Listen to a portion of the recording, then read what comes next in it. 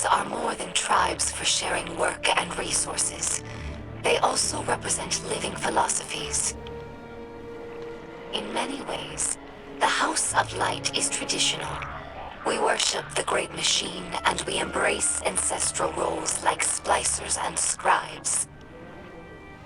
But in other ways, we're different.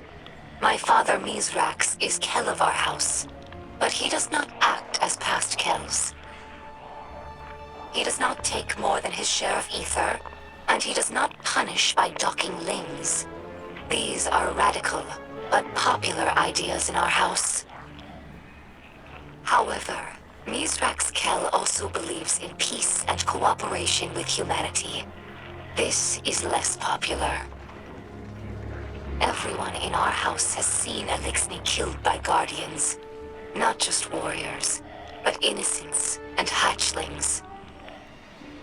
I lived for many years among the Awoken, and understand that humans do good things as well, sometimes. But the others in the House of Light have not been so lucky in their allies as I have. It will take time to earn their trust.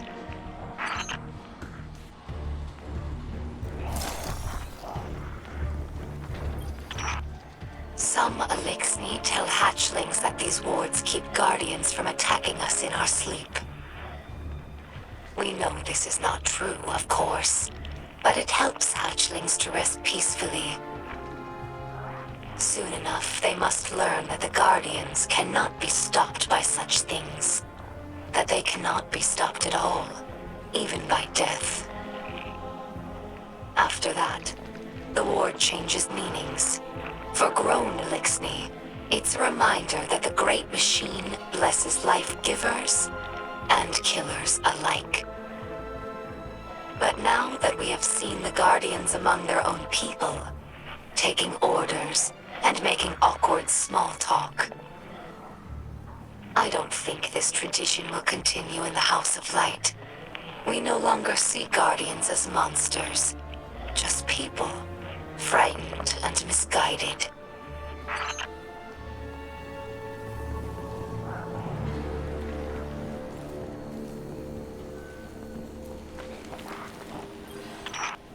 Hello, my name is Eido.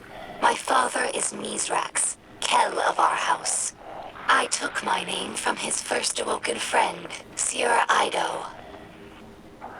As scribe for the House of Light, it's my job to preserve our house's history, so that hatchlings may one day learn our stories. Mizrax Kel requested that I leave some records for the humans of the last city, so they might learn about Elixni culture in their own time. As he says, inside a catch, everyone breathes the same air. Though I have doubts that the humans will care to hear our stories, the snipers who look down on us do not seem like the curious types. But the Great Machine has chosen them, so I must give them the benefit of my faith. Hopefully this effort does not go wasted.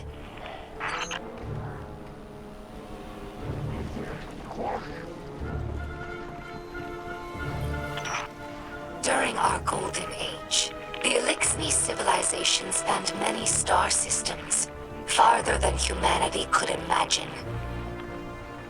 And in all of our exploration, we never found anything more wondrous than the Great Machine. It's one of the few things that all Elixni houses can agree on.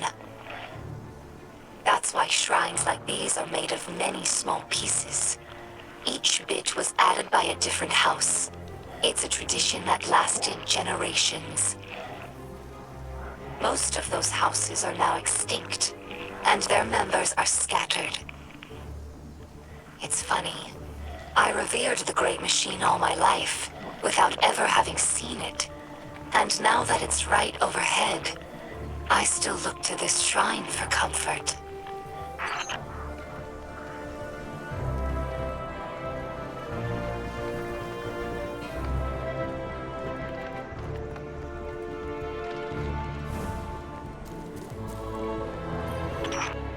Humans think of ether as food for Elixni, a form of sustenance. That's only partially true. Ether also catalyzes physical maturation and promotes molting. In that sense, it's like hormones in human adolescence. In a world of unlimited ether, like Rees before the whirlwind, all Elixni look like captains. That's our final form. Most Elixni you see now are underdeveloped. They're forever stunted by ether rationing, which began as a necessity and gradually evolved into a mechanism of social control. Now, ruthless leaders like Spider use the distribution of ether to keep their followers dependent. If Elixni are ever to live in peace, we must make ether available to all, regardless of rank.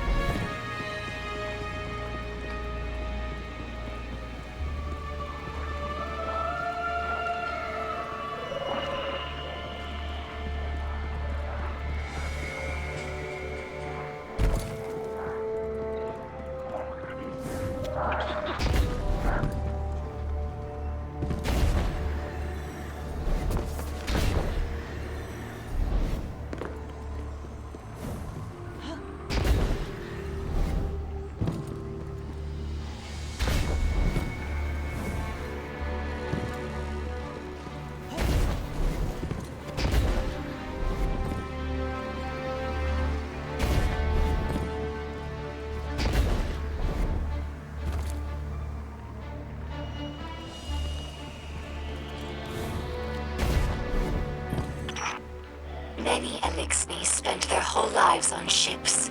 They become more than a home. They're like a member of the family.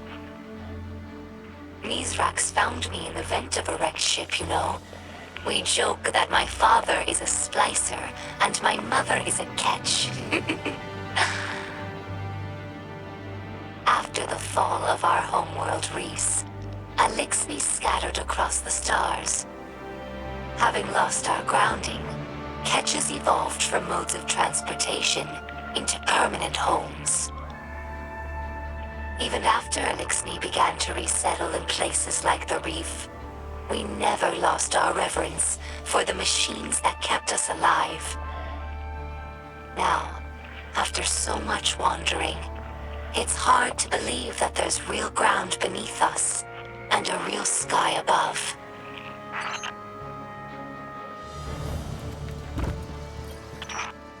Here lies the remnants of Kel's Scourge, a dark period in Elixni history. After the whirlwind, many Elixni were overcome by feelings of hopelessness. They were homeless, hungry, and hunted by guardians and hive alike. So when Civics founded Kel's Scourge, promising to return Elixni to power with ancient weaponry, many were drawn to his call. Though the Scourge claimed to fight for Elixni empowerment, in reality, they represented the final degradation of our culture. A once great interstellar civilization was reduced to an anarchist mob, led by a power-hungry coward. Let ours be a cautionary tale. No matter how enlightened a culture, there are always those who prey on our worst impulses for their own gain.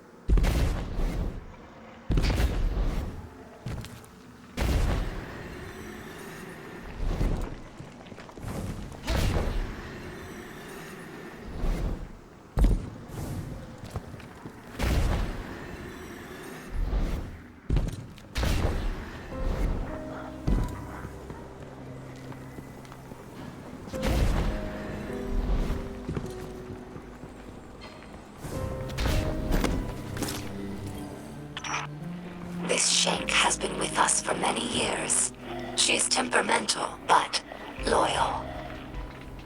She's in need of constant repair, but we're used to it. Our house has fixed every part of her, from sensors to exhaust.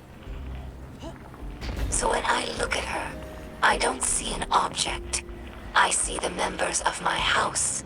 I see myself. To us, machines are vessels, not just tools. This is why scrapworking is so important to Elixni culture. It's a way of sharing our spirit with the world, even when we have nothing. I'm sure that Guardians feel the same way about their tower. It's more than a hollow form, more than the rubble it was built from. The tower is the keeper of the Vanguard spirit, and you would defend it more fiercely than any other building. Is it not so?